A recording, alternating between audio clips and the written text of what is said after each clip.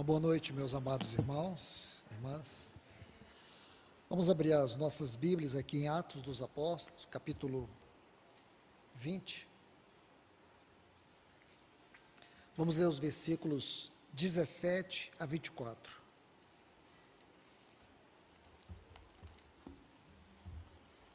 Atos dos Apóstolos, capítulo 20. Vamos ler os versículos 17 a 24. Nós vamos dar continuidade à série de estudos que estamos tendo sobre a vida de Paulo, a experiência de uma vida que vive Cristo. Nós vamos hoje, como subtema deste assunto, nós vamos estudar sobre correndo a carreira cristã. Então leiamos. De Mileto mandou a Éfeso chamar os presbíteros da igreja. E quando se encontraram com ele, disse-lhes: vós bem sabeis como foi que me conduzi entre vós em todo o tempo, desde o primeiro dia em que entrei na Ásia, servindo ao Senhor com toda humildade, lágrimas, provações, que pela cilada dos judeus me sobrevieram, jamais deixando de vos anunciar coisa alguma proveitosa e de vô-la ensinar publicamente e de casa em casa, testificando tanto a judeus como a gregos o arrependimento para com Deus e a fé em nosso Senhor Jesus Cristo. E agora, constrangido em meu espírito, vou para Jerusalém, não sabendo o que ali me acontecerá, senão que o Espírito Santo, de cidade em cidade, me assegura que me esperam cadeias e tribulações. Porém, esse é o texto: em nada considero a vida preciosa para mim mesmo, contanto que complete a minha carreira e o ministério que recebi do Senhor Jesus para testemunhar o evangelho da graça de Deus. Vamos orar. Bendito Deus, eterno Pai, no grande nome do teu Filho Jesus, é que nós estamos aqui mais uma vez reunidos para estudar a tua palavra. Nessa noite de ensino, revela para nós um pouco mais da tua face na tua palavra. Senhor, queremos sentir o poder e o amor do teu cajado. Senhor, vem sobre nós, vem sobre esta congregação, nesta noite, Senhor. Nós te pedimos no grande e poderoso nome de Jesus. Amém. Amém. Antes da palavra, só um pequeno aviso. Os jovens que vão participar do batismo na conferência, aqui atrás, a Eliane está esperando vocês. Então vocês podem se dirigir para a salinha lá atrás,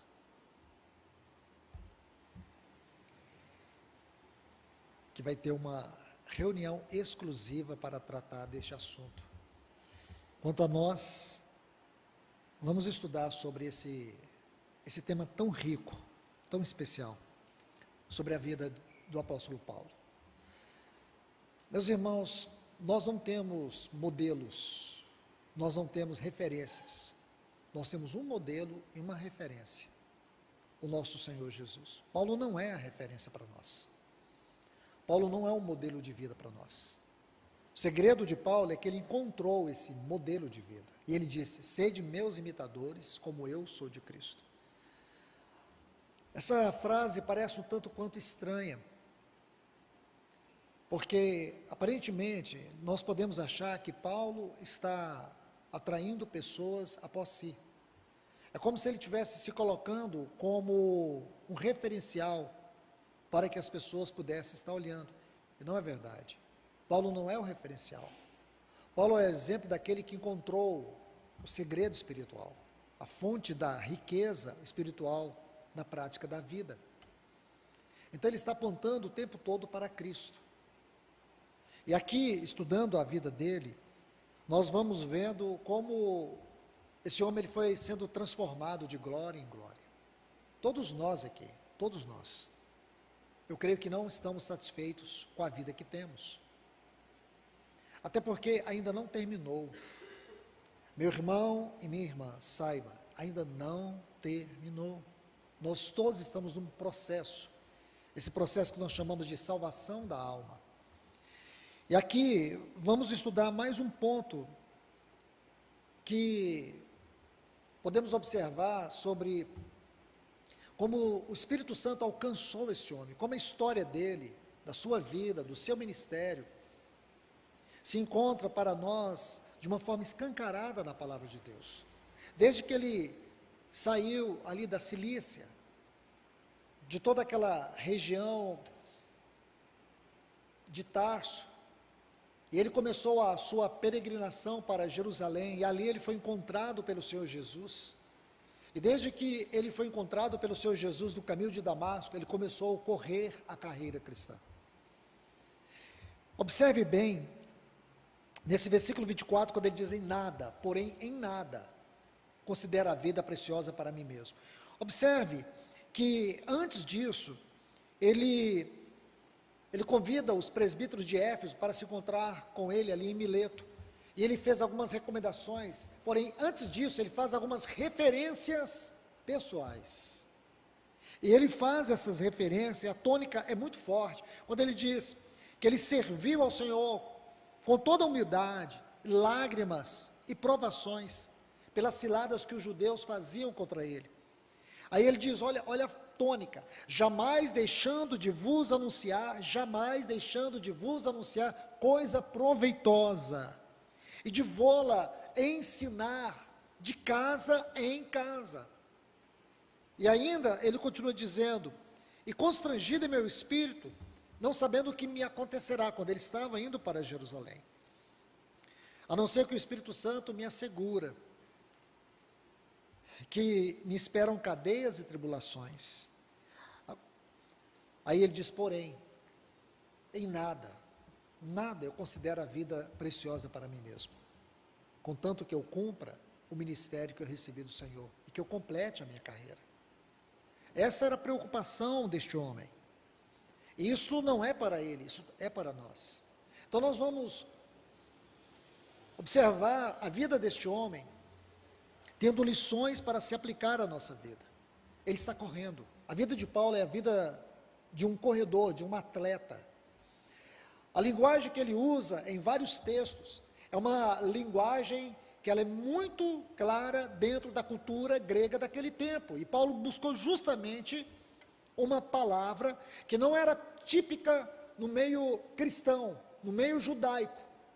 Porém, uma palavra que era muito peculiar dentro da cultura grega, porque os gregos, eles amavam o atletismo, as Olimpíadas, porque ali está a origem das Olimpíadas, das competições, e a filosofia grega era mente sã, corpo são. Eles cultuavam isso, eles cultuavam o corpo.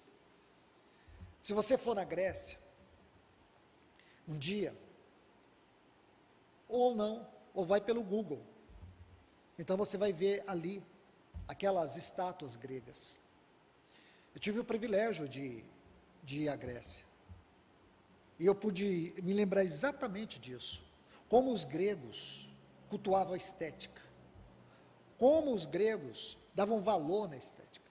Então as estátuas gregas, elas evocavam duas coisas, a beleza da estética e a sensualidade. Interessante, nós estamos falando da era de Paulo, aparentemente nada mudou, aliás, tudo piorou, porque é isso que o mundo moderno cultua, a estética e a sensualidade. O cristão não, Paulo não. O que Paulo extrai aqui é a disciplina do atleta. É como os atletas, eles tinham objetivo, eles tinham meta. E Paulo usa muito esses termos nas suas epístolas. Deixe-me colocar dois textos. O primeiro está em Gálatas, capítulo 2. Abra sua Bíblia em Gálatas capítulo 2 e o versículo 2. E depois nós vamos ver em Filipenses, no capítulo 2 e o versículo 16. Ele vai dizer assim em Gálatas capítulo 2, versículo 2: subi em obediência a uma revelação, e lhes expus o evangelho que prega entre os gentios, mas em particular aos que pareciam de maior influência, para que de algum modo, olha o que ele fala, não correr ou ter corrido em vão. Então você vê que ele enfatiza a carreira, ele enfatiza o correr. Filipenses 2,16. Filipenses 2,16 ele diz: retendo a palavra da vida, para que no dia do Senhor possa gloriar-me de não ter corrido e nem trabalhado em vão, ter corrido em vão. Paulo, ele coloca essas frases justamente dentro desse contexto do atleta, que envolve disciplina, que envolve batalha, que envolve luta para alcançar o seu objetivo. E toda a vida de Paulo é a vida do ponto de vista de um corredor. Porém, o que quer dizer aqui, traduzindo para uma linguagem espiritual, o que quer dizer correr a carreira cristã? O que quer dizer completar a carreira cristã? Como nós podemos traduzir isso de forma bíblica, de forma espiritual? Isso trata de um dos assuntos mais importantes para nós: responsabilidade espiritual. Correr a carreira cristã é sinônimo de responsabilidade espiritual. Então, o que é responsabilidade espiritual? Responsabilidade espiritual tem a ver com a vida de Deus, a vida como um dom de Deus. Responsabilidade espiritual não é algo que alguém concede a nós. Amados irmãos e irmãs, a vida cristã degradou, infelizmente. Infelizmente, o termo evangélico hoje, eu falo com muita tristeza, é até pejorativo. Mas isso não diz respeito a mim nem a você. Porque nós aqui não respondemos ao mundo. E nem andamos de acordo com o mundo. O nosso padrão é celestial. Nós estamos buscando viver uma vida que um dia terá que comparecer diante do tribunal de Cristo, como está escrito em 2 Coríntios, capítulo 5, versículo 10. Importa que todos nós compareçamos perante o tribunal de Cristo, para que nós sejamos julgados. Não é o julgamento da condenação, é o julgamento da aprovação. Não é o julgamento para a salvação, é o julgamento que tem a ver com a responsabilidade do reino. Então isso é muito sério. E Paulo temia quanto a isso. Eu coloco esse temia com muito cuidado, e nós vamos ver isso em 1 Coríntios, capítulo 9, versículos 24 a 27, porém não agora. Nós vamos entender esse assunto de responsabilidade espiritual. Responsabilidade espiritual não é algo que alguém lhe confere. Responsabilidade espiritual, no sentido da igreja, do Senhor Jesus, não é uma posição institucional. A responsabilidade espiritual significa que a própria natureza da responsabilidade é divina, é celestial, é espiritual. Dentro de um contexto degradado, como que funciona a responsabilidade espiritual? Funciona como um sinônimo de posição. Então a ideia é, eu não faço nada, e desde que alguém me dá uma incumbência espiritual, eu já tenho responsabilidade espiritual. Se ninguém me incumbe de alguma coisa, se eu não tenho a responsabilidade sobre algo, então eu não tenho responsabilidade espiritual. Isso não é verdade na igreja. A degradação do evangelho, que tem suas origens desde o início da história da igreja, a partir do ano 500, exatamente a partir daí quando a igreja entra, isso é história da igreja, isso não é coisa de minha cabeça ou de cabeça de outro, está aí na história da igreja, muitos de vocês estudaram isso. No ano 500 até o ano de 1500, foi o período denominado a Idade das Trevas, e esse período, profeticamente falando, é o período da igreja de Tiatira, em Apocalipse capítulo 3, Ali no capítulo 2 e 3 de Apocalipse, nós temos as 7 cartas às igrejas da Ásia. Então nós temos Éfeso, Esmirna, Pérgamo, Tiatira. Depois temos Sardes, Filadélfia e Laodiceia. E aqui no período de Tiatira, nós vamos ver esse período da Idade das Trevas. Período que durou 1000 anos. Aqui a igreja mergulhou nas mais densas trevas da ignorância espiritual. E muitos irmãos, eu ouvi isso aqui, até entre irmãos aqui dentro. Nós precisamos fazer um retorno à reforma protestante. Parece bonito, irmãos. Tem pessoas que aplaudem isso. E é verdade, irmãos. Nós temos que voltar à reforma. Irmãos, isso é tolice. Nós não temos que voltar à reforma, nós temos que voltar ao livro de Atos. Os princípios, os fundamentos da igreja estão ali. Não é na reforma. Parece bonito, né, irmãos? Tem pessoas de renome que pregam isso. Quando chega ali no mês de outubro, novembro, isso toma conta do Brasil. Aí vão comemorar a reforma luterana. E as pessoas engolem isso com toda a naturalidade. Nós temos que voltar à reforma, irmãos. Aonde, irmãos? Quem foi que disse isso? Nós não temos que voltar à reforma. Nosso Senhor Jesus diz lá para a igreja de Éfeso, no capítulo 2 de Apocalipse, versículo 4 e 5. Lembra-te, pois, de onde caíste, arrepende e volta e pratica as primeiras obras.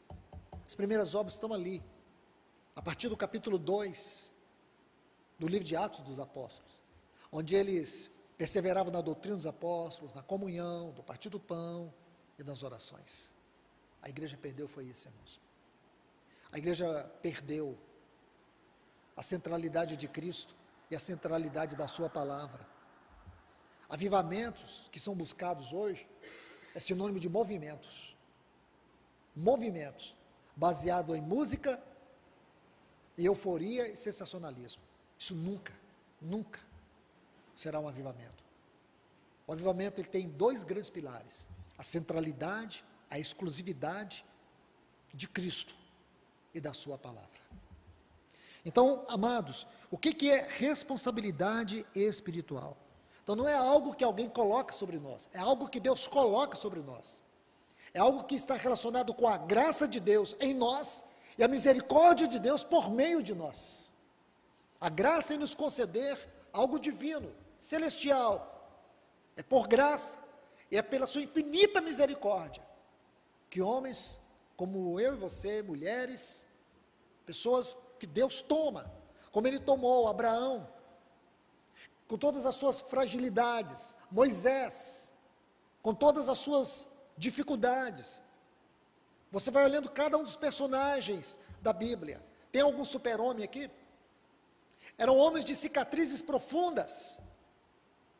Abraão era um homem de cicatrizes profundas. Moisés, Davi, Isaías, Jeremias, os apóstolos, Paulo, homens de cicatrizes profundas. E Deus usa pela sua infinita misericórdia. Então, responsabilidade é uma questão da graça de Deus. E há algo aqui que nós precisamos tomar muito cuidado. Eu disse que responsabilidade não tem nada a ver com posição. Posição. Vamos observar alguns textos. Deixe-me colocar pelo menos 6 textos para vocês. O primeiro é como que um texto áureo. Está aqui na Epístola aos Romanos, no capítulo 14, e o versículo 12. Eu quero que vocês observem a frase cada um. Cada um. Está assim, Romanos 14, 12.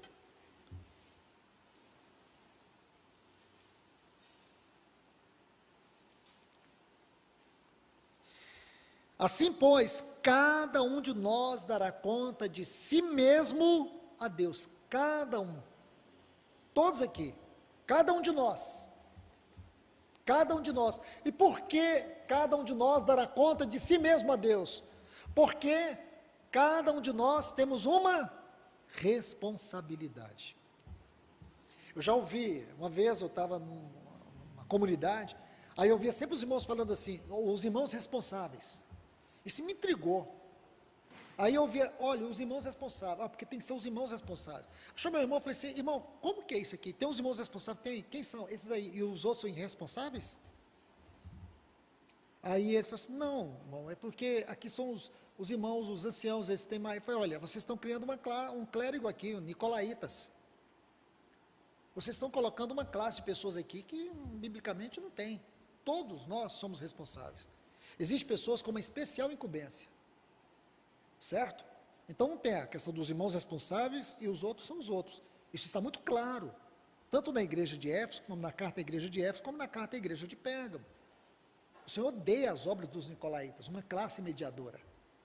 Nós entendemos que na casa do Senhor, na sua igreja, existe aqueles que o Senhor concedeu para apóstolos, profetas, evangelistas, pastores e mestres. Mas isso não são títulos, são funções espirituais. Não são pessoas especiais, porém pessoas com especial incumbência, com especial encargo. Então nós temos que olhar que cada um de nós temos uma carreira cristã a percorrer. Vamos agora para 1 Coríntios capítulo 3. 1 Coríntios capítulo 3. Vamos ler primeiro o versículo 8. 1 Coríntios 3, 8 diz, ora, o que planta e o que rega são um, e cada um receberá o seu galardão, segundo o seu próprio trabalho. Cada um de nós aqui.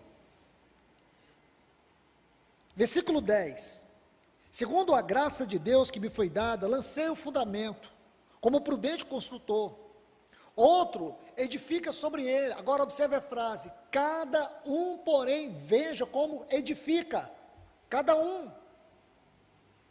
Versículo 13. Manifesta se tornará a obra de cada um. Vamos para o capítulo 7, por favor. O versículo 7 e depois o versículo 20.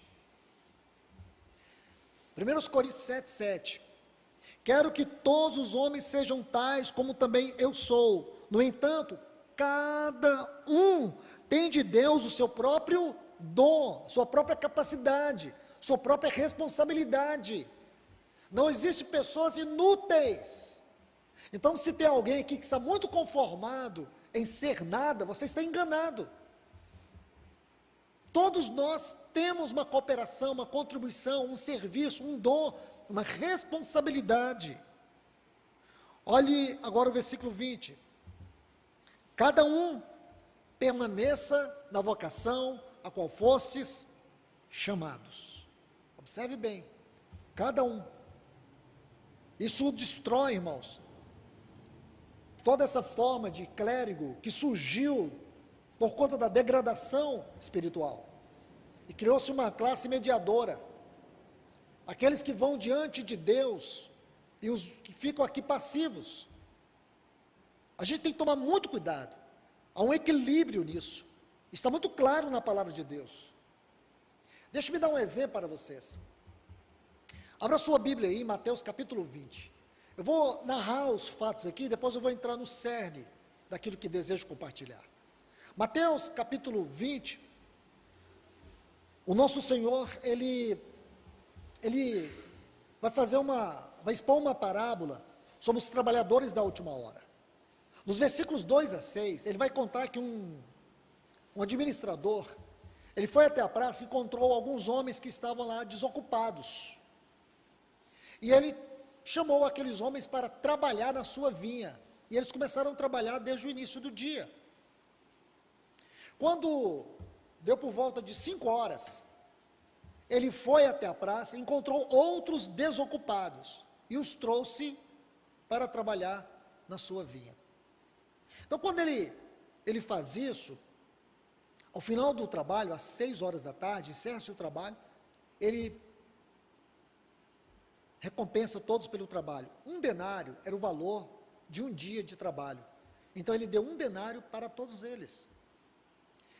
E aí alguns levantaram e disseram, não é justo, porque nós estamos trabalhando desde o primeiro dia, e tu nos deste o nosso denário. Esses aí trabalharam apenas 1 hora, e eles vão receber o mesmo que nós. Ele disse, onde que eu fui injusto com vocês? eu acordei com vocês que você receberia 1 denário pelo trabalho. E esses aqui, eu assalariei da mesma forma. Você está decepcionado porque eu sou bom? E aí, quando ele está concluindo, eu quero que você observe, ele diz assim, os últimos serão os primeiros, e os primeiros serão os últimos, porque muitos são chamados e poucos os escolhidos. Interessante o senhor colocar isso, porque parece que fica meio confuso. E sinceramente, irmãos, se você olha, você não vai entender muito o que o senhor está falando, se parece aqui. Só que o que ele vai dizer a seguir, torna a situação mais difícil. Essa parábola fica muito mais difícil de ser interpretada. Porque parece que o senhor não está ligando nada com nada. Aí, nos versículos 18 e 19, ele diz assim, eis que subimos para Jerusalém. Ele toma os discípulos à parte e diz assim, eis que subimos para Jerusalém. E o Filho do Homem será entregue aos principais sacerdotes e os escribas. E eles o condenarão à morte e o entregarão aos gentios, para ser escarnecido, açoitado e crucificado. Mas ao terceiro dia ressuscitará. Esse é o segundo capítulo, dentro desse capítulo, a segunda cena dentro desse capítulo. Então assim, irmãos, olhando de forma hermenêutica, você não encontra nada com nada aqui. Primeiro, qual o lugar dessa parábola? Eu sinceramente não entenderia se eu não conhecesse a outra parte. Mas a outra parte requer muito cuidado na interpretação, porque requer revelação. Por quê? Se você olhar, irmãos, parece 3 situações que acontecem ali e que elas não se conectam. Não é assim. Quando termina o Senhor de falar essas palavras, chega a mãe do Tiago e João e diz assim para o Senhor, mestre, permita que no teu reino, meus 2 filhos sentem um à tua direita e o outro à tua esquerda. Está vendo aí? Sente um à tua direita e o outro à tua esquerda. Aí no versículo 22, Jesus diz assim, não sabeis o que pedis. Aí ele se volta para os 2 e diz assim, e pergunta, podeis vós beber o cálice que eu bebo? E eles responderam, podemos. O cálice do Senhor está ligado justamente àquelas palavras dos versículos 18 e 19. Ele estava falando da sua morte, esse é o cálice que ele iria beber. Ele estava dizendo para eles assim, vocês estão dispostos a viver uma vida de cruz? Vocês estão dispostos a tomar minha cruz? Porque é daí que surge responsabilidade espiritual. É daí que surge o dom da responsabilidade, o dom do serviço. Vamos traduzir isso melhor. Então o Senhor diz assim para eles, bebereis o cálice que eu bebo, porém eu assentar à minha direita e à minha esquerda, esses lugares já estão reservados para aqueles os quais o Pai já escolheu. Não compete a mim. Assim o Senhor termina essa terceira cena dessa história. Amados irmãos e irmãs, se vocês se lembrarem bem, e vou dar até o texto para vocês, em Lucas capítulo 22, os discípulos novamente estão brigando por posição. Bem perto da morte do Senhor, eles estão brigando por posição. Lá em Lucas capítulo 22, se você ler desde o versículo 24 até o versículo 27, versículos 24 a 27, diz assim, suscitaram entre eles, suscitaram o quê? Uma discórdia, para saber quem era o maior. Os discípulos estavam sempre brigando por posição, para saber quem era o maior.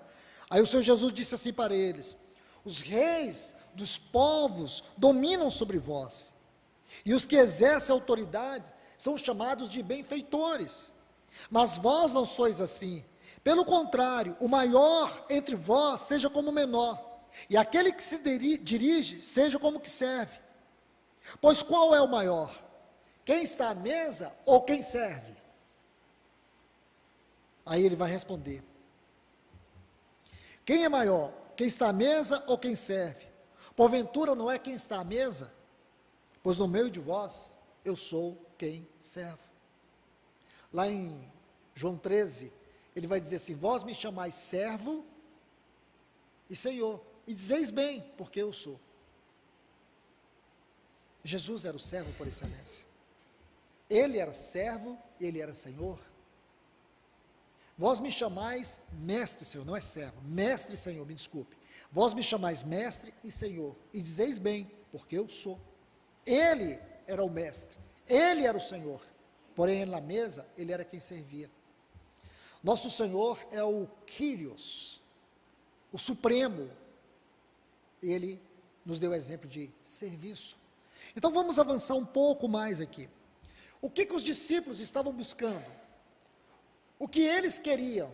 Por que eles brigavam por posições? Porque eles queriam autoridade e não responsabilidade. Escute isso, isso é um princípio, irmãos. A autoridade emana da responsabilidade. Não é a autoridade que governa a responsabilidade, é a responsabilidade que governa a autoridade. Deixe-me colocar um texto muito especial, eu considero muito esse texto, porque ele é libertador. Segundo aos Coríntios, o capítulo 10, o versículo 8, são palavras de Paulo. Ele diz assim, segundo aos Coríntios 10, 8, porque se eu me gloriar um pouco mais a respeito da minha autoridade, da nossa autoridade, ao qual o Senhor nos conferiu, aí ele vai dizer, qual é a natureza dessa autoridade? Para edificação e não para destruição. Este é o princípio sobre a autoridade espiritual. É para edificação e não para destruição. Aqui, nós precisamos entender, irmãos, no corpo de Cristo, há funções e não posições. Escreve isso aí em algum lugar na sua mente para você nunca esquecer. Existem funções e não posições. Isso tem destruído o caráter, a identidade, a vocação da igreja. Porque criou-se uma hierarquia. Nós funcionamos como se fosse uma empresa. Nós funcionamos como se fosse uma religião. A vida da igreja não tem posições, tem funções. 1 Coríntios, o capítulo 12, os versículos 4 a 7. Paulo vai falar sobre a diversidade de dons, ele vai falar sobre a diversidade de serviços, e ele vai falar também sobre a diversidade das realizações. Capítulo 12, versículo 4, diversidade dos dons. Versículo 5, diversidade de serviços. E o versículo 6, diversidade das realizações. Então existe sim, todos nós funcionamos assim. Funcionamos em dons, em serviços e em realizações. Agora, olha o versículo 7. Aí está a chave, aí está o segredo dos dons, dos serviços, das realizações. A manifestação do Espírito Santo é concedida a cada um. Então, se eu não funciono, não é porque eu não tenho dons, não é porque eu não tenho serviços, não é porque eu tenho capacidade de realizar algo para Deus, é porque eu não tenho experimentado a manifestação. A palavra aí do grego é presença. Presença. Quando alguém me pergunta, irmão, o que eu devo fazer para cooperar, para servir? Geralmente as pessoas dizem, faz um seminário, vai estudar, vai aprender a ser alguma coisa. Muito simples, irmãos. Mas a resposta da Bíblia é, permita que a presença do Espírito Santo te encha, porque se ele te encher, ele vai te usar em dons, em serviços e em realizações. Isso muda tudo, irmãos.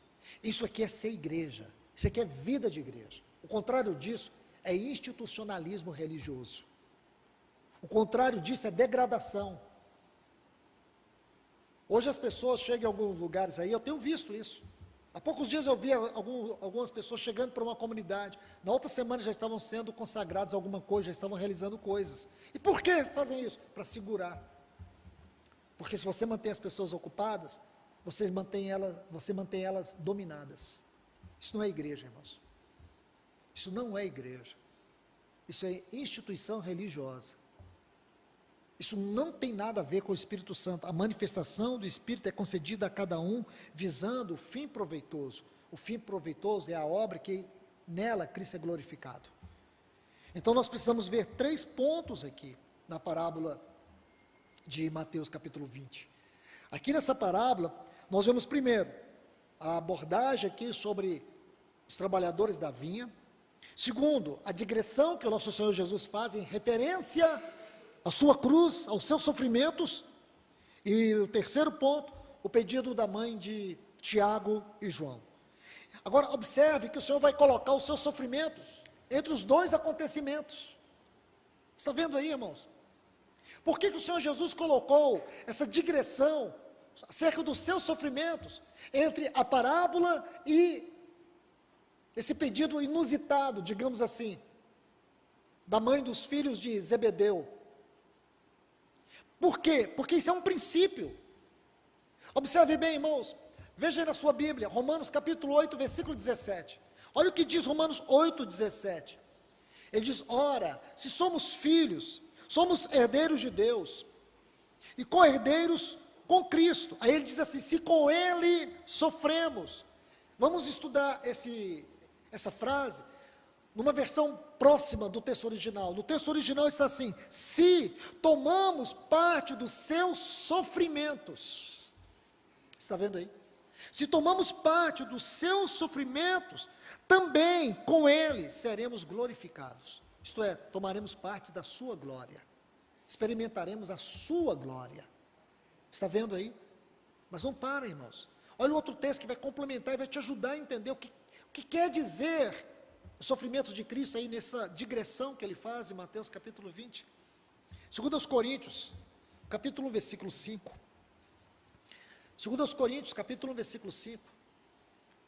Junte esses 2 textos. Olha o que Paulo continua dizendo: porque assim como os sofrimentos de Cristo se manifestam em grande medida ao nosso favor, assim também a nossa consolação transborda por meio de Cristo. O que quer dizer os sofrimentos de Cristo? O que significa isso, irmãos? Tanto no capítulo 8, versículo 17, como aqui em 2 Coríntios, capítulo 1, versículo 5. O que quer dizer isso, irmãos? Aqui está a raiz daquilo que é ministério, daquilo que é responsabilidade espiritual, a visão do sofrimento de Cristo, mas também a nossa participação. Por quê, irmãos? Porque hoje nós vivemos o evangelho pós-moderno, o evangelho que foi influenciado pelo pós-modernismo. Irmãos, isso aqui não é chavão de retórica. A grande maioria dos irmãos desconhece o que é o pós-modernismo e as suas influências no cristianismo. O pós-modernismo, ele começou depois da queda do Muro de Berlim, em 1989. Começou no mundo acadêmico. Depois se espalhou para as grandes lideranças do mundo. E o mundo todo hoje está dominado pela influência do pós-modernismo. Mas nenhuma outra estrutura, nenhuma outra organização sofreu com o pós-modernismo como os cristãos sofrem, a igreja sofre. Nós sofremos. Por quê? Porque dentro dessa cultura, baseada na filosofia, na estética, que mudou os conceitos, não existe verdade absoluta. Esse é um dos pilares do pós-modernismo. Não existe verdade absoluta. Então você vê muitas frases hoje, quando você conhece bem a filosofia do pós-modernismo, você começa a ver que isso está estampado em todos os lugares. E as pessoas começam a consumir isso sem saber o que estão consumindo, porque é como o poder de uma erosão silenciosa. Influenciou todo mundo, em especial a igreja hoje. Qualquer estudioso, sério, sóbrio, saberá identificar a influência do pós-modernismo dentro da igreja. Então, meus irmãos, irmãs, hoje você vê o modelo de, desculpem-me falar, de pastores. Aqueles que se auto-intitulam apóstolos, profetas, mestres. É de fazer os ossos de Paulo, é claro, estou falando isso aqui, irmãos, com total ironia, não leva a sério não. Rolar na sepultura. É imaginar, irmãos, que o modelo de ministério moderno hoje é a coisa mais nojenta que você pode imaginar. Poucos dias, o irmão William estava compartilhando aqui, ele usou palavras pesadas para denunciar o engano daquilo que é o ministério, que se tornou dos nossos dias. E eu penso como ele também. Porque nós também, irmãos, nós também precisamos tomar muito cuidado. Não é só apontar o dedo para eles, nós também. Porque isso aqui é sério, Deus é santo. Você lembra quando Deus reprovou Moisés, lá em Números capítulo 20? Quando ele bateu na rocha. Você vê a seriedade de Deus. Você acha que qualquer um pode ser ministro do Evangelho? Não pode. Seminário não qualifica ninguém para isso. Porque a pessoa sabe cantar, tocar, falar, está qualificado para isso? Não está. Porque a responsabilidade é uma questão de vida, não é de instituição. Ninguém torna alguém responsável na obra de Deus. Você viu aqui nos textos, de 1 Coríntios capítulo 12, versículos 4 a 7, é a manifestação do Espírito, é a sua presença, é aquele que está em Atos 13, separai-me a Barnabé e a Saulo para a obra que os tenho chamado, é o Espírito que chama, é o Espírito que qualifica, que prepara, capacita e usa.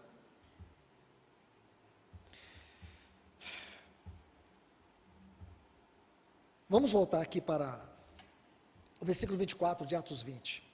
Essa frase, em nada considero a vida preciosa para mim mesmo. Essa é a frase. Essa frase, ela é chave. Porque o que fazia sentido para Paulo era completar a carreira. É o quanto ele precisava experimentar dos sofrimentos de Cristo, ou participar desse sofrimento, isto é, nunca perder a visão da cruz. Nunca perder a visão da cruz. Você se lembra, irmão? Quando o nosso Senhor Jesus começou o seu ministério, ele foi para o deserto ser tentado para o diabo. Você lembra o que o diabo ofereceu para ele? Ofereceu a glória dos reinos deste mundo. Ele disse, tudo isso te darei, porque me foi entregue. Realmente Satanás tem um principado neste mundo. Ele tem um reino neste mundo. Jesus disse assim, aí vem o príncipe deste mundo. Ele tem um reino aqui. Ele tem uma hierarquia baseada em principados, potestades, dominadores e hostes espirituais da maldade. Mas o nosso Senhor, Ele não quis as glórias deste mundo. Ele quis a glória da cruz. Ele disse, se nós quisermos segui-lo, nós temos que tomar a cruz. Paulo diz lá em Gálatas capítulo 5, versículo 19, que ele se gloriava na cruz de Cristo. Irmãos, eu creio que isso para muitos é algo totalmente estranho. Mas eu digo para vocês, esse é o maior e mais profundo e grandioso alicerce que nós temos que permanecer. Se nós quisermos vencer os labirintos obscuros, tenebrosos, recheados de engano, que nos é oferecido sempre, para que nós percamos o ministério eficaz, para que nós edifiquemos uma igreja e coloquemos ali o nosso nome, mesmo que de forma inconsciente na mente das pessoas, para que nós sejamos engrandecidos e não Cristo exaltado, para que nós sejamos o centro e não Cristo o centro, para que nós sejamos a referência e não Cristo a referência. Deixa-me colocar 2 textos aqui, irmãos, porque Paulo não queria perder tempo. A vida desse homem é a vida de alguém que está correndo a carreira, alguém que não se cansava, alguém que estava persistindo. Mas eu quero colocar 2 textos para abrir o último ponto onde nós vamos encerrar. 2 Coríntios capítulo 5, versículo 14, a primeira parte diz assim, porque o amor de Cristo nos constrange. Aí no versículo 15, ele vai explicar onde é que o amor de Cristo nos constrange. Ele diz, ele morreu por todos, para que todos os que vivem, não vivam mais para si mesmos. Então o que quer dizer o amor de Cristo nos constrange? O amor de Cristo nos constrange de tal forma, que nós não somos capazes de viver para nós mesmos. É isso que significa. Esse amor nos aperta de todos os lados, não deixando nenhuma outra alternativa de viver para nós. É o amor de Cristo que nos constrange, não é o nosso amor pelo mundo, não é o nosso amor pela riqueza, pelo dinheiro, pelo poder, pela glória, pela fama. Não é. É o amor de Cristo que tem nos constranger. É o amor de Cristo, irmãos. Você consegue entender isso? Isso tem a ver com responsabilidade espiritual. Aqui nós estamos tocando a vida, a essência, a natureza, porque nós devemos ter responsabilidade espiritual.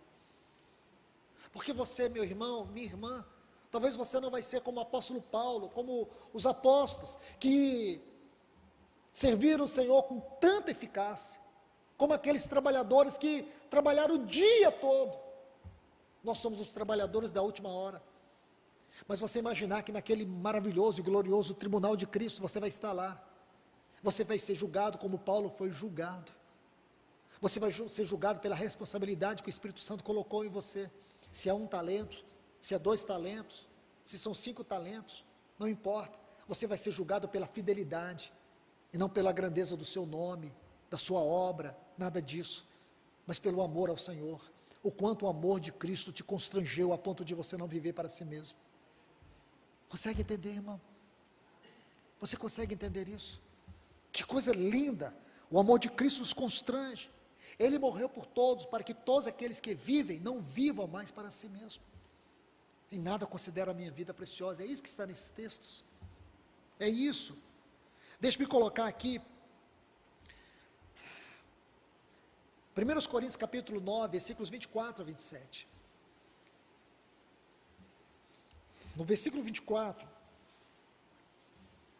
Paulo diz: não sabeis vós, que os que correm no estádio, todos na verdade correm, mas um só leva o prêmio. Olha como ele conclui esse texto: correi, de tal maneira que alcanceis. Correi, nós temos que correr, não pare, nós não somos dos que retrocedem, você não pode estagnar, na vida cristã você não estagna, quando você acha que parou, você retrocedeu, então não tem como parar, não tem como estagnar. Versículo 25, ele diz: todo atleta em tudo se domina, e aqui está o ponto, irmãos, como a gente precisa se dominar. Aqueles para alcançar uma coroa corruptível, nós porém a incorruptível. Assim corro, está vendo ele?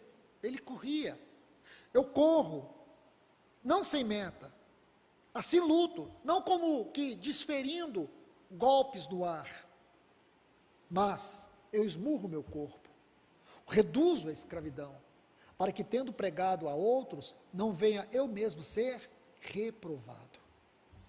Então Paulo, ele lutava, era uma luta externa e era uma luta interna, ele tinha que vencer os inimigos à sua volta e os inimigos interiores. Aqui está uma chave muito importante, irmãos, para nós entendermos o que é correr a carreira cristã. Não pense na vida cristã de qualquer maneira. Por favor, irmãos, tire essa ideia de religião da cabeça de vocês. Tire essa ideia de que você não faz nada porque ninguém nunca te pediu. Você precisa que o Espírito Santo te guie a toda a verdade. Você precisa ser atraído pelo Espírito Santo para o centro da vontade de Deus. A questão é que nós vivemos muito para nós mesmos. Esse é o problema. É o meu conforto, é o meu prazer, é a minha segurança. Claro, irmãos, que essas coisas são inerentes à nossa vida natural. Mas um dia você amadurece e percebe que todas essas coisas passam, e a vida também passa. E aí, a sepultura onde eu vou ser colocado, o caixão onde eu vou ser enterrado, eu não vou levar nada do que eu construí nesse mundo. Eu vou levar, sabe o quê? A minha fidelidade. Aquilo que Paulo diz lá em 2 Coríntios, capítulo 4, versículo 7 e 8, combati o bom combate, terminei a carreira, que ele fala lá no versículo 24 de Atos 20. Aqui é o que ele está falando. Ele só está ampliando aquilo que ele disse lá no versículo 24 de Atos 20. Terminei a carreira. Aí ele diz: agora eu sei que a coroa da justiça me será entregue, não somente a mim, mas a todos, a cada um daqueles que amam a vinda do Senhor. Então, meus irmãos, e irmãs, preste bastante atenção, isso é sério. Nós temos que lutar, nós temos que esmurrar o nosso corpo. Nós temos inimigos fora, nós temos inimigos dentro. E os inimigos dentro são maiores do que os nossos inimigos fora. Eu vou terminar aqui contando a história de dois homens. Dois homens, embora distintos, cada um vivendo na sua época, porém muito do que eles viveram tem similaridade. Os dois eram ungidos pelo Senhor. Os dois foram consagrados. Os dois foram separados. O primeiro é Sansão. O segundo é Davi. Sansão e Davi. O significado de Sansão é aquele que brilha como o sol. O significado de Davi é o amado. Dois homens especiais. Se você estudar a história deles, vocês vão ver muitas similaridades. Os dois foram grandemente usados pelo Senhor. Ambos eram guerreiros e foram levantados por Deus em tempos difíceis. Os dois tinham o mesmo inimigo externo, os filisteus. Nesse tempo, os filisteus oprimiam Israel, tanto no tempo de Sansão como no tempo de Davi. Os dois eram ungidos. Um era juiz e o outro era rei. E ainda há mais detalhes. Ambos eram conhecidos pela coragem, pela força e pela devoção, pelo amor a Deus. Agora eu quero mostrar algo para vocês. Resumindo a vida deles, nós vamos lembrar de dois episódios. Esses dois episódios são significativos. Os dois mataram um leão. Sansão matou um leão. Davi também matou um leão. Quer ler os textos? Vamos lá. Juízes capítulo 14, versículos 5 e 6. Nos mostra a luta de Sansão contra um leão. Diz que ele desceu, Sansão, aí mais à frente diz assim: chegando às vinhas de Tímina, eis que um leão, bramando, lhe saiu ao encontro. Aí bem no final, no versículo 6, diz que fendeu de alto a baixo, como se fende um cabrito, sem ter nada em sua mão. Esse foi Sansão. Davi, lá no capítulo 17, versículos 34 e 35, ele vai dar um testemunho do que ele fez com o leão. Então disse Davi a Saul: teu servo apacentava as ovelhas do seu pai, e veio um leão. Aí bem no final, no versículo 35, diz assim: e eu saía após ele, e o feria, e o livrava da sua boca. Levantando-se ele contra mim, lançava-lhe a mão na barba, e o feria e o matava. São homens fortes. Eles não tinham problema com os inimigos externos, mas ambos tiveram um grande problema. Os dois não conseguiram vencer os inimigos internos. Deixa eu dar um exemplo para vocês. Sansão, lá no capítulo 16 de Juízes, versículos 18 e 19. Aqui Sansão encontrou uma mulher, Dalila. A palavra Dalila no hebraico, de onde vem a palavra em português? Volúpia, sensualidade, fraqueza, fraqueza. Então disse Dalila a Sansão, aí mais um pouco à frente diz: em que consiste a tua grande força? Aí mais na frente dos textos aí, vendo pois Dalila que já lhe descobrira todo o seu coração, aí bem no final do versículo 19, então ela o fez dormir, rapou-lhe as 7 tranças do cabelo de sua cabeça, e começou a afligi-lo, e retirou-se dele a força. Está vendo aqui? Por último, Davi, em 2 Samuel capítulo 11, os versículos 2, 3, depois 14 a 17. Diz que Davi se levantou do seu leito e andava passeando no terraço da casa real, e era tempo dos reis estarem na guerra. Davi não estava na guerra, mas ele não sabia que ele vivia uma guerra. A nossa guerra interior, ela não acaba, irmãos. Geralmente você pergunta para um irmão assim: está tudo bem? Diz: está tudo bem. Graças a Deus não estou tendo nenhuma luta. Ah, irmãos, é impossível. Porque as nossas lutas internas não acabam. Essas não acabam. Esse é o grande problema. É quando a gente se acomoda. Acha que nós só temos que orar pelos problemas externos. nós precisamos ser francos, honestos com Deus, saber que os nossos inimigos interiores, é o que Paulo diz, eu esmurro o meu corpo, eu reduzo ao pó, para que tendo pregado a outros, eu não venha a ser uma vergonha, eu não venha a ser reprovado. Aí diz que ele viu no terraço uma mulher, que estava lavando, e era mulher muito formosa à vista. Aí um pouco mais à frente, aí no texto diz, mulher de Urias. Então pela manhã, Davi escreveu carta a Joabe, e mandou-lhe por mão de Urias. Imagina o grau de maldade, como o pecado cega as pessoas. Imagina alguém carregando a sua sentença de morte na mão. Você imagina? Alguém carregando a sentença de morte. Urias, todos nós sabemos a história, eu não quero entrar em detalhes. Urias era um escudeiro de Davi, um homem valente. Toda a história aqui, se você entrar em detalhes, ela vai ficando mais terrível. O grau de maldade, da pecaminosidade que cegou os olhos desse homem. Então, observe bem, ele traz Urias da guerra, e depois manda Urias de volta, com a sua própria sentença de morte na mão. Você sabe o que significa Urias? No hebraico significa luz de Deus. Quando Davi matou Urias, ele apagou a luz de Deus da sua vida. Isso revela a condição de trevas do coração dele. Então vamos seguir aqui. Então pela manhã Davi escreveu uma carta a Joabe e mandou-lhe por mão de Urias. Escreveu na carta dizendo, ponde Urias na frente da maior força da peleja, e retirai-vos de trás dele, para que seja ferido e morra. É isso que estava escrito na carta. E saindo os homens da cidade, e pelejando com Joabe, caíram alguns dos povos, servos de Davi, e morreu também Urias, o heteu. Aqui está, irmãos, o que Paulo está dizendo, quão sério é o nosso homem interior, que nós precisamos esmurrar, reduzir ao pó. Lá em Mateus capítulo 7, versículo 21, nosso Senhor vai dizer, porque de dentro do coração dos homens, é do nosso interior que procedem os maus desígnios, a prostituição, os furtos, homicídios, adultérios, todas essas coisas procedem do nosso interior. Esses são os nossos maiores inimigos, os pensamentos, os desejos, a vontade, os sentimentos.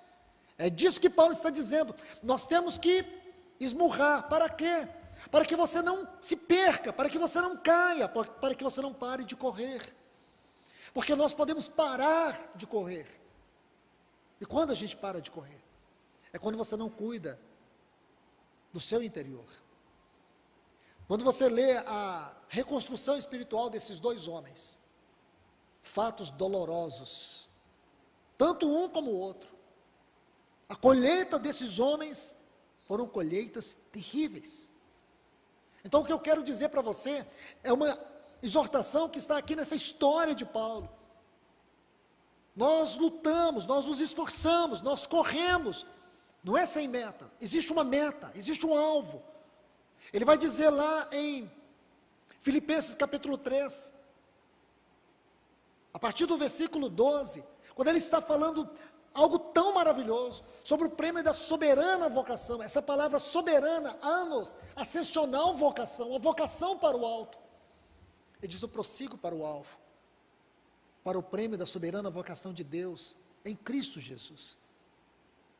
Irmãos e irmãs, nós temos que ser muito cuidadosos, porque nós vivemos dias maus, muitos cristãos estão acomodados, muitos estão desinteressados, desanimados. A apostasia, a frieza, a indiferença, é uma maligna doença silenciosa que ocorre dentro de nós, e essa doença, ela vem nos destruindo. Não importa se você é um Sansão, tão usado pelo Espírito Santo, tão cheio do Senhor como um Davi, um homem segundo o coração de Deus, Satanás não respeita. Como diz Paulo em Romanos capítulo 13, se você faz provisão para a carne, não fazeis provisão para a carne. Se você não cuida, se você não esmurra o seu corpo, se você não o reduz ao pó, se você não é sério com a sua vida, com esse vaso, que é o instrumento do Espírito Santo, então nós vamos nos perder na carreira, nós vamos fracassar. E para concluir, Eu quero ler com vocês aqui, Hebreus capítulo 11, e o versículo 1 do capítulo 12. Veja que, Hebreus capítulo 11, é uma gloriosa demonstração para nós, daqueles que correram a carreira cristã.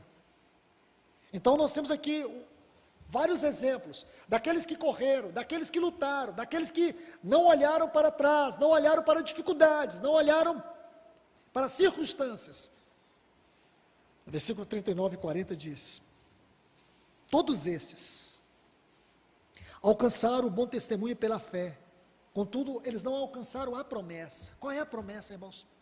Qual é a promessa que todos eles aqui viveram para ela? É a promessa da gloriosa vinda do nosso Senhor Jesus. É ter que experimentar esta hora que nós estamos para viver. Todos eles tinham isso em mente. Eu não tenho tempo de abordar isso aqui. Mas esse capítulo 12, e tendo o capítulo 11 como pano de fundo, é uma exposição gloriosa. Aqui no versículo 18, quando ele diz assim: não tende chegado ao fogo palpável, incendido, e a escuridão, que é uma referência a Êxodo capítulo 19, não vou entrar nesse detalhe, versículos 16 a 21. Então ele está falando daquele dia que Israel estava ali no Monte Sinai, e veio aquele canglor de trombetas, aquela presença de Deus. Eles fugiram e disseram para Moisés: fale você a nós e não Deus. Eles ficaram assustados com a presença de Deus. Aí ele vai fazer um paradoxo com aquela experiência e com a experiência hoje do Novo Testamento, na Nova Aliança, quando ele diz assim: tende chegado ao Monte Sião. Esse assunto é muito importante, mas eu só estou colocando aqui um pouquinho do mel na boca de vocês, só para mostrar a grandeza do que tem nesses dois capítulos. Não é que eu estou interessado em fazer alguma coisa, alguma exposição, só para mostrar que o que nós estamos lendo aqui é muito importante, é sobre correr a carreira cristã, é sobre não cansar, não se deixar cansar, não se deixar fadigar, não abaixar suas armas, não se dobrar, não dizer: eu desisto. Não, você tem que correr. Está difícil, corra. Não pare de correr, lute, se esforce. Por mais difícil que seja, se esforce. Então aqui ele diz assim: eles não alcançaram a promessa. Todos eles tinham essa promessa, essa esperança, mas eles não puderam experimentar. Muitos deles que viveram no Velho Testamento não puderam ver a primeira vinda do Messias. E muitos daqueles que viveram no Novo Testamento não puderam ver a segunda vinda gloriosa do Senhor. Viram ele partir, mas não viram ele voltar. A promessa é aquilo que está para acontecer. Aí ele diz assim, olha o versículo 40. Tendo Deus provido coisa melhor no tocante a nós. Esse nós aqui, quando o escritor aos Hebreus escreveu, ele tinha expectativa que isso se cumpriria nos dias dele, mas isso não se cumpriu. Então hoje, irmãos, com toda a reverência que há no meu coração, eu digo para vocês, essa frase, nós, tocante a nós aqui, todos nós, podemos renovar nossa esperança nesse texto, para que eles, que correram, que pelejaram, para ter essa promessa concretizada, para que eles, sem nós, não fosse a palavra que está na sua Bíblia, é aperfeiçoados. Essa palavra não descreve o texto original.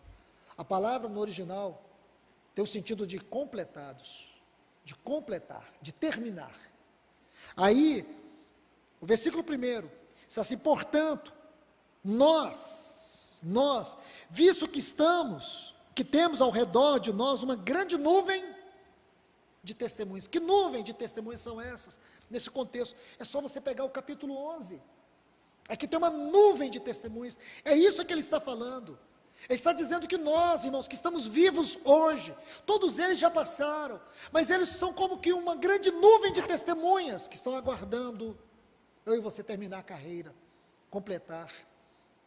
E falo com toda a reverência que é no meu coração, irmãos, você pode imaginar que nós estamos aqui para completar a carreira que Deus começou com Abraão, com os patriarcas, Moisés, os profetas, os discípulos, os apóstolos, a igreja primitiva, todos os santos na história, viveram dentro dessa promessa, não alcançaram, e nós estamos aqui agora vendo as últimas profecias se cumprir, Que privilégio é para nós, visto também nós, visto que estamos ao redor de tão grande nuvem de testemunhas, pondo de lado todo impedimento, todo embaraço, que te impede de correr, que te impede de avançar, e o pecado que se apega a nós, corramos, olhe bem, corramos com perseverança a carreira que nos está proposta. Aí agora ele vai traduzir tudo o que a gente falou aqui sobre correr, sobre alvo, sobre meta. Qual era a meta de Paulo? Paulo diz lá em 1 Coríntios capítulo 9, a partir do versículo 24 a 27, eu corro não sem meta. Paulo tinha meta. Lá em Filipenses 3, ele diz que eu prossigo para o alvo. Paulo tinha alvo. Qual era a meta de Paulo? Qual era o alvo de Paulo? É a mesma meta nossa. É o mesmo alvo para nós hoje. Ele vai dizer, olhando firmemente no autor e consumador da nossa fé. Escute, lembra aqui o capítulo 11? Então você vai ver aqui no capítulo 11, o versículo 13 diz assim, na fé morreram todos estes. Morreram quem? Enoque morreu pela fé. Abraão morreu na jornada da fé. Todos os patriarcas, todos os servos de Deus na história do povo de Israel que saiu do Egito, Moisés, Arão, todos morreram crendo. Todos morreram crendo. Todos morreram esperando. Todos morreram com a fé viva no coração. Os profetas, os reis, todos os homens piedosos de Deus morreram e viveram uma vida pela fé. E nós agora temos uma grande resposta que eles não tiveram, porque eles tinham uma fé, e a fé deles era viva e real. Agora nós temos uma linda declaração, que a nossa fé não tem origem em nós, a nossa fé não nasceu em nós, a nossa fé nos foi dada em Cristo Jesus. Ele é o autor da nossa fé, Ele é o autor, é para Ele que nós estamos olhando firmemente para o autor e consumador da nossa fé, o qual, pelo gozo que lhe foi proposto, qual foi o gozo, qual foi a alegria que ele teve como proposta? Que proposta é essa? Ele vai dizer, suportou a cruz, ele suportou a cruz por causa de uma alegria. Qual alegria, irmãos? Qual é a alegria que lhe foi ofertada? Paulo vai responder para nós, em Efésios, no capítulo 5, versículo 27, diz que ele se deu pela igreja. A alegria é que agora ele terá uma noiva eterna para a sua satisfação, e é esta noiva que está correndo para ele. Corramos a carreira que nos foi proposta, o alvo é ele, a meta é ele, então vivamos com responsabilidade. Que Deus nos abençoe, meus irmãos. Pai querido, em nome de Jesus, nós te louvamos, Senhor.